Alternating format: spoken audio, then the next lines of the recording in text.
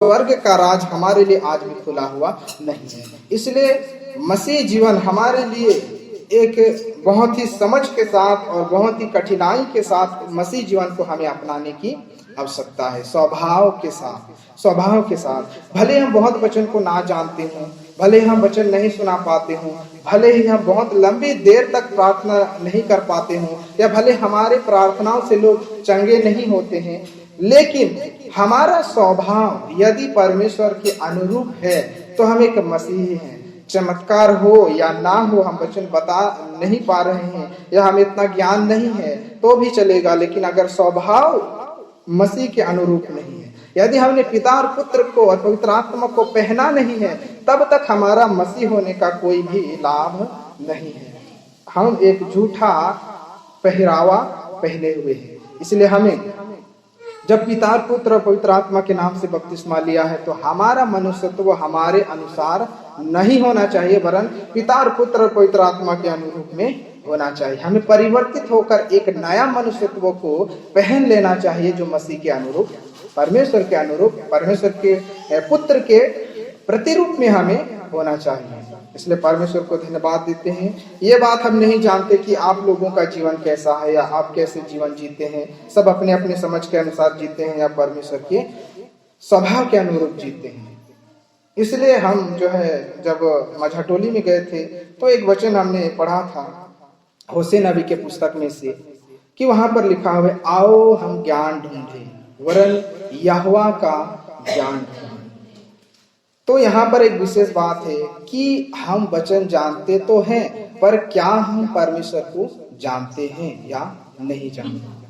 वचन हर एक के हाथ में है, मेरे हाथ में है, आप सबके हाथ में है। आपको वचन पता होगा, यूहन्ना 3:16 क्या है सब पता है, रोमी 12:1-2 क्या लिखा सब पता है। पर क्या पता है कि परमेश्वर है कैसा, परमेश्वर बोलता कैसा है, परमेश्वर जब हमारे आंखों के सामने खड़ा होगा तो क्या हम उसे पहचान पाएंगे कि नहीं पहचान पाएंगे। क्योंकि लिखा हुआ है कि स्वर्गदूत भी यानी शैतान भी स्वर्गदूतों के समान तेजोमय रूप धारण कर सकते हैं। तो जब वो आएगा दुष्ट आत्मा तेजोमय रूप धारण करके, तो क्या हम उसे पहचान पाएंगे, या परमेश्वर उसी रूप में आएगा तो क्या हम ये पहचान पाएंगे कि वो यीशु मसीह का रूप है या फिर शैतान का रूप है। क्योंकि दोनों तो तेजोमय दिखाई देंगे, तो कैसे पहचानेंगे। क्या हम यहोवा परमेश्वर का ज्ञान को नहीं पाएंगे तो क्या हम परमेश्वर को पहचान पाएंगे। दर्शन मिलता है, बहुत से लोग दर्शन देखते हैं, पर बहुत सारे लोग दुष्ट आत्मा को भी ईश्वर कह के मान लेते हैं, क्योंकि यहोवा का ज्ञान उसे मिला नहीं। इसलिए हमें यहोवा को जानना है। वचन तो सब जानते हैं, पर क्या हम परमेश्वर को जानते हैं। यदि नहीं जानते हैं तो इतने साल से हम कर क्या रहे हैं। इसलिए आज हमें उस परमेश्वर को पहचानना है, उस परमेश्वर को समझना है कि जब वो हमारे आंखों के सामने आए तो हमसे पहचान सके। क्योंकि शैतान भी तो तेजोमय रूप धारण करके आएगा, वो भी तो बड़े अच्छे अच्छे वचन बोलेगा, पर जब तक हम परमेश्वर को नहीं जानते तब तक उसको पहचान नहीं पाएंगे। दर्शन हम बहुत देखेंगे पर हम समझ नहीं पाएंगे कि परमेश्वर ने बोला कि शैतान ने बोला। इसलिए आज हमें परमेश्वर को जानना है, परमेश्वर को पहचानना है, और जब तक हम उसे पहचानेंगे नहीं तब तक हम उसे अपना भी नहीं पाएंगे, उसे हम ग्रहण भी नहीं कर पाएंगे। क्योंकि हमने आज तक यीशु मसीह को तो देखा नहीं है, ना ही हमने पिता को देखा, ना ही पवित्र आत्मा को तो कोई देखता भी नहीं है। लेकिन यदि हमने जाना है कि वो स्वभाव में कैसा है, वो बोलता कैसा है, सबको यदि हम जानेंगे तो परमेश्वर यदि हमारे सम्मुख में खड़ा होगा तो हम ये जान पाएंगे कि हाँ, परमेश्वर का दूत हमारे बीच में खड़ा है। पुराना नियम में बहुत सारे भविष्यवक्ताओं को जो है दूत आकर खड़े होते थे, उनसे बातचीत किया करते थे, पर उन्हें कैसे पता चलता था कि परमेश्वर है या दुष्ट आत्मा है, शैतान आया है या परमेश्वर आया है। कैसा वे जान पाते थे, कैसे वे समझ पाते थे कि ये जो तेजोमय रूप हमारे सामने खड़ा है सचमुच में स्वर्गदूत है या शैतान का दूत है। कैसे जानते थे, क्योंकि वो यहोवा को जानते थे।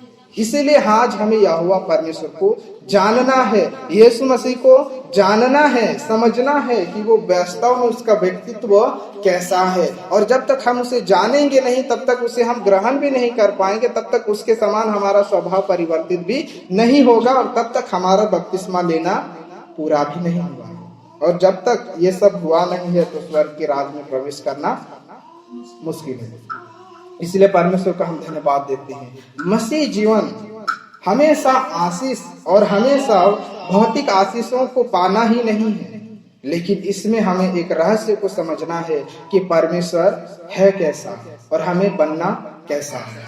अब अगर हम ये नहीं जाने हैं, अगर इसे हम नहीं समझे हैं, तो आज भी हम बहुत पीछे रह गए हैं। इसलिए आज हमें बढ़ना है, जानना है कि परमेश्वर है कैसा, उसका रूप है कैसा। वो जब बोलता है तो उसके शब्द हमें कैसे सुनाई देते हैं, या उस जब बोलेगा तो हम कैसे जान पाएंगे कि परमेश्वर बोल रहा है या कोई और बोल रहा है।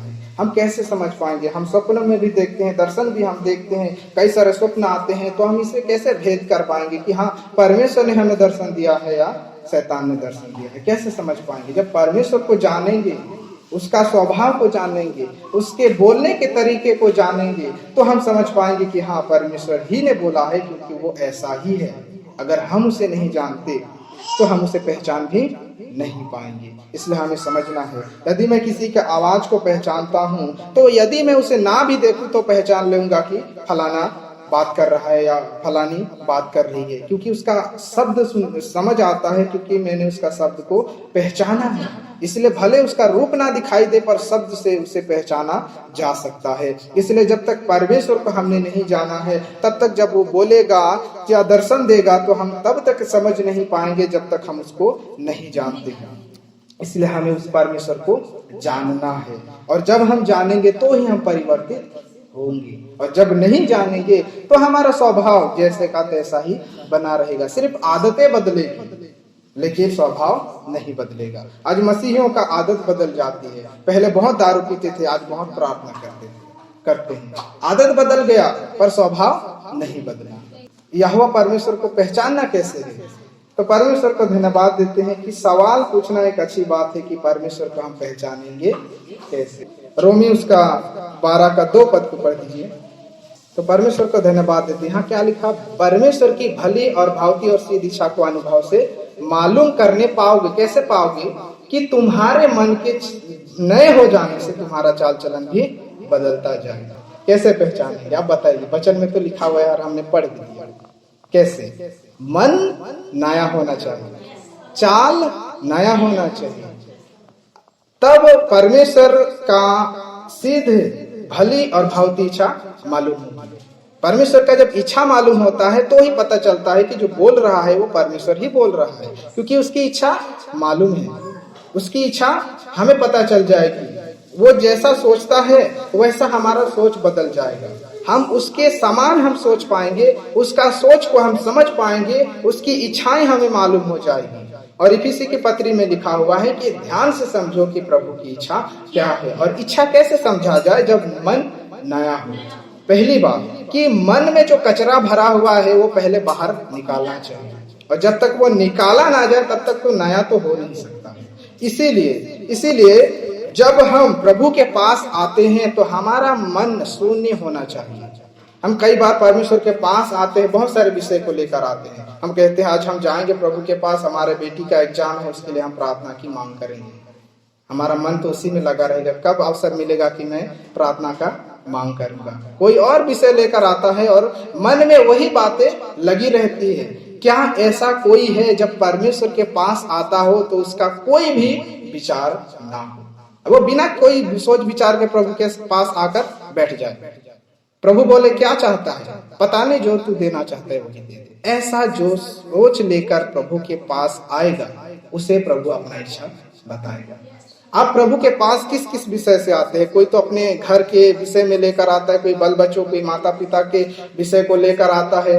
आज जो है हमने सुना कि अंशलेम भाई के परिवार में उपवास प्रार्थना शुक्रवार को होता है, आराधना भी होता है, और जो है उपवास के साथ प्रभु के पास आते हैं। तो क्या जब हम उपवास करते हैं तो क्या बिना किसी विषय के हम प्रभु के पास आते होंगे? कोई ना कोई तो विषय होगा। कोई सामर्थ पाना चाहता है, कोई वरदान पाना चाहता है, कोई भविष्यवाणी पाना चाहता है, कोई चंगाई का सामर्थ पाना चाहता है। तो ऐसे हर कोई अलग अलग जो है विषय को लेकर प्रभु के पास आते हैं। पर जो बिना किसी विषय से आता है प्रभु से अपना इच्छा बताता है।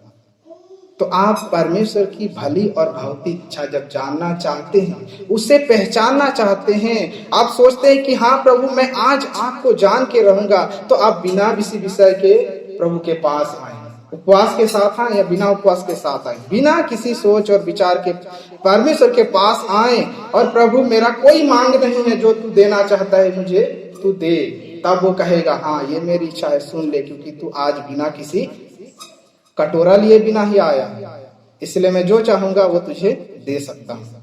अपना मुंह को खोलना है और प्रभु उसे भर देगा। लेकिन पहली बात यह है कि प्रभु के पास आना है तो बिना किसी मांग के आना है, तो ही प्रभु अपना इच्छा बताता है। और यदि हम अपने अपने इच्छाओं को लेकर आएंगे, अपने अपने कटोरे को लेकर आएंगे, तो प्रभु वही देगा जो हम मांगते हैं। हम भविष्यवाणी मांगेंगे तो परमेश्वर कहेगा ले तू भविष्यवाणी मांगा था ये दिया, चंगाई मांगा था ये दिया, सामर्थ मांगा था सामर्थ ले, घर बनाने की आशीष मांगी थी ले ले। परमेश्वर अपना इच्छा नहीं बताएगा, क्योंकि हमने मांगा ही नहीं प्रभु की इच्छा, हमने उसे जानना चाहा ही नहीं, तो वो बताएगा ही क्यों? क्योंकि जब तक मन नया नहीं होता प्रभु अपनी इच्छा नहीं बताता। जो उसका मन जानना चाहेगा उसे ही वो अपना मन बताएगा, उसे ही वो अपना पहचान बताएगा। इसीलिए ये हर एक की अपना व्यक्तित्व है। मैं आपको नहीं बता सकता कि परमेश्वर कैसा है, आपको खुद को जानना है। इसलिए आप कभी मत पूछेगा कि परमेश्वर कैसा है, क्योंकि ये सब की अपनी जिम्मेदारी है कि परमेश्वर को जानना। क्योंकि मैं परमेश्वर को इतना नहीं जानता जितना वो आपको बताना चाहता है। इसीलिए प्रभु को धन्यवाद देता। हाँ, मैं इस बात को बता जरूर सकता हूँ, जैसा अभी बताया कि परमेश्वर को कैसे पहचानेंगे, उसका एक उपाय बता दिया, पर परमेश्वर कैसा है उसको जानना अपनी अपनी जिम्मेदारी है। वो आप खुद जान लेंगे, परमेश्वर आपको खुद बताएगा। जैसा मैंने जाना वैसा आप जानेंगे, पर कैसा है इस बात को तो मैं नहीं बता सकता। उसकी उत्पत्ति और उसका अंत को तो कोई नहीं जानता। इसीलिए प्रभु को धन्यवाद हो कि अगर ये सवाल ना पूछा जाता तो शायद ये जवाब भी ना मिलता कि परमेश्वर को जानना कैसा है। इसलिए मैं आशा करता हूँ आप समझ पाएंगे, समझ आया कि परमेश्वर की कैसे पहचान सकते हैं। खाली मन के साथ आना, कैसा, बिना किसी सोच बिना किसी मांग के, वैसे ही बिना सोच विचार के आओ, प्रभु के पास आकर बैठ जाओ। उपवास के साथ बैठे तो ये और भी अच्छा, बिना किसी मांग के। जैसे शायद यशायाह भविष्यवक्ता के पुस्तक में उपवास के बारे में लिखा हुआ है, जब तुम उपवास करते हो तो क्या करते हो, एक दूसरे को झूठ बोलते हो, तुम लूटते हो, तुम अपनी अपनी इच्छा के अनुसार प्रार्थना का विषय रखते हो। पर जब हम परमेश्वर के पास आते हैं तो हमें दीन होना चाहिए। और दीन का क्या मतलब, दीन के पास कुछ भी नहीं होता, उसे ही दीन कहते हैं जो अपने आप को शून्य करके आता है, जो कहता है कि प्रभु मेरे पास कुछ नहीं। वो दीन व्यक्ति है जिसके पास कुछ नहीं है, जिसके पास कोई नहीं, कुछ नहीं, कुछ विषय ही नहीं, कोई ना धन है, ना घर है, ना कपड़ा है, वो क्या है, दीन है। और जब हम प्रभु के पास आते हैं तो ऐसा ही आना चाहिए। और उपवास का यही एक विषय होता है कि बिना किसी विषय के लेकर प्रभु के पास आते हैं और प्रभु अपनी इच्छा के अनुसार देता है, तो हमारा उपवास का जो विषय होता है वो पूरा हो जाता है। तो ही परमेश्वर अपना रूप को बताता है कि हाँ मैं ऐसा हूँ, हाँ ऐसा मुझे आराधना करो, ऐसा मेरे साथ बात करो, वो बताता है। और जब मैं आऊंगा तो मेरा रूप कैसा होगा वो बताएगा। इसलिए बिना किसी मांग के, बिना कोई कटोरा लिए प्रभु के पास आना है, बिना किसी विषय लेकर आएंगे तो ही परमेश्वर अपनी इच्छा बताता है। इसलिए हर बार बिना इच्छा से आए ये भी बात नहीं, जब जरूरी हो तो विषय लेकर आए, पर जब कोई जरूरी नहीं है तो भी आए, तो ही परमेश्वर अपना इच्छा बताएगा, अपना मन की बात बताएगा, अपना पहचान दिखाएगा। वो परमेश्वर कहेगा कि देख ले आज मैं तुम्हें अपने आप को प्रकट करता हूँ। तब हम उसे जानेंगे और तब क्या होगा, हमारा जीवन बदलेगा, हमारा स्वभाव बदलेगा। हम जब परमेश्वर को जानेंगे तो परमेश्वर के समान हम जिएंगे भी। और जब हम परमेश्वर को जान जाएंगे तो क्या होगा, हमारा जीवन क्या हो, परिवर्तित होकर एक नया मनुष्यत्व में बदल जाएगा। लोग कहेंगे ये तो पहले ऐसा था, कैसा बदल कैसे गया, और ही मनुष्य बन जाएंगे। क्योंकि मसीहियत का पहचान है परिवर्तित जीवन, और जो परिवर्तित नहीं हुआ है वो मसीह होने का उसका कोई पहचान नहीं। क्योंकि अगर एक मसीही मसीह के समान नहीं बोलता, एक मसीही परमेश्वर के आत्मा के समान उसका स्वभाव और चाल चलन नहीं, जिसका मन परमेश्वर के समान नहीं, जो परमेश्वर का समान सोचता नहीं है, वो व्यक्ति जो है एक मसीह या एक बपतिस्मा लिया हुआ व्यक्ति नहीं है, क्योंकि बपतिस्मा लेने वाला के अंदर 3 व्यक्तित्वों का रूप होना चाहिए। ये बहुत ही कठिन बात है। बपतिस्मा बहुत ही सरल शब्द है, पर इसमें बहुत ही गहराई है। 3 व्यक्तित्व, पिता और पुत्र और पवित्र आत्मा, यानी मन है पिता परमेश्वर, और शरीर में जो इस मसीह आया वो देह है, और पवित्र आत्मा जो है वो हमारा आत्मा है, हमारा प्राण है, हमारे अंदर स्वभाव को उत्पन्न करने वाला एक स्रोत है। इसलिए हमारे अंदर जब हम बपतिस्मा लेते हैं, डूबते हैं, तो हम तीनों अलग अलग रंग के गिलास में, जैसा हम किसी वस्तु के अपनी उंगली को हम डालते हैं तो तीनों का रंग हमारे अंदर आ जाता है। हमारे किसी भी चीज को हम डुबोते हैं तो 3 अलग अलग गिलास में पिता और पुत्र और पवित्र आत्मा, भले हम 3 बार बपतिस्मा नहीं लेते, पर एक ही बपतिस्मा में तीनों का रूप हमारे अंदर आ जाना चाहिए, तीनों का रंग हमारे अंदर आ जाना चाहिए। इसीलिए आज जब हम बपतिस्मा लेकर प्रभु में बढ़ रहे हैं तो अभी भी अवसर है कि उस परमेश्वर को जानना और उसके रूप को, उसके झलक को हमारे अंदर छाप लेना, उसके रूप को छाप लेना, क्योंकि जब तक ये संपन्न नहीं हुआ है तब तक हम संपूर्ण रीति से उद्धार नहीं पाए हैं। यदि हमारा मन बदल चुका है, हमने मन को पाप से फिरा लिया है, तो केवल हमारा मन ही फिरा है, हम परमेश्वर के साथ जुड़ गए हैं, लेकिन बाकी जो पुत्र और पवित्र आत्मा का बपतिस्मा है वो पूरा नहीं हुआ है। इसलिए सब पूरा उद्धार हमारा होना चाहिए।